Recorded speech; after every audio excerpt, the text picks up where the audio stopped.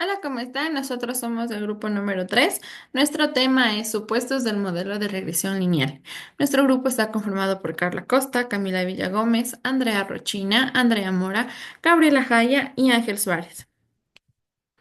Comenzamos con la definición. Tenemos que este modelo de regresión lineal es una herramienta estadística sumamente poderosa, especialmente útil en investigación tanto médica, epidemiológica y clínica. Esta validez se basa en un cumplimiento de ciertos supuestos fundamentales que aseguran estimaciones confiables. Tenemos que si estos supuestos no se cumplen, tenemos el riesgo de obtener resultados sesgados o conclusiones erróneas.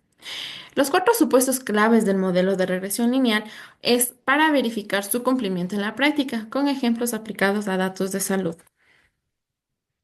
En cuanto a la relación lineal entre variables, tenemos que el modelo asume que la relación entre las variables independientes x y la dependiente y es sumamente lineal. El cambio constante en x también implica un cambio proporcional en y. ¿Cómo se verifica?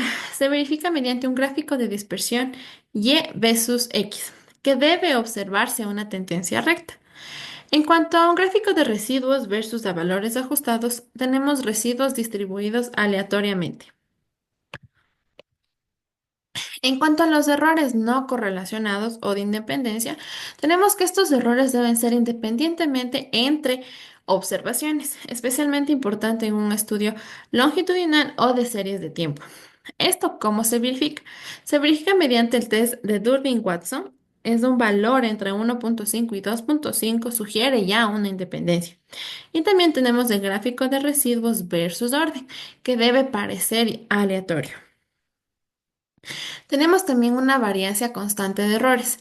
Esta variancia de los residuos debe ser constante para todos los valores de x, que mostraría una homocedasticidad, pero si varía, existe una heterocedasticidad. ¿Cómo se verifica esto? Tenemos que el gráfico de residuos versus el valor ajustados, las nubes de puntos debe tener un ancho sumamente uniforme, es decir, sin una forma de embudo o de cono. Y también tenemos al test de Breusch-Pagan, que si P es menor a 0.05 ya existe una heterocedasticidad. En cuanto al ejemplo, tenemos que al predecir ingresos Y por años de educación, que sería en el eje de las X, si hay una variabilidad de ingresos, aumenta con más educación, existiendo así una heterocedasticidad. ¿Cuál es una consecuencia de violación? Tenemos que los coeficientes siguen siendo insesgados, pero sus errores estándar son incorrectos, afectando tanto pruebas T y F. ¿Cuáles serían las soluciones? Sería transformar Y usando logaritmos y usando mínimos cuadrados ponderados.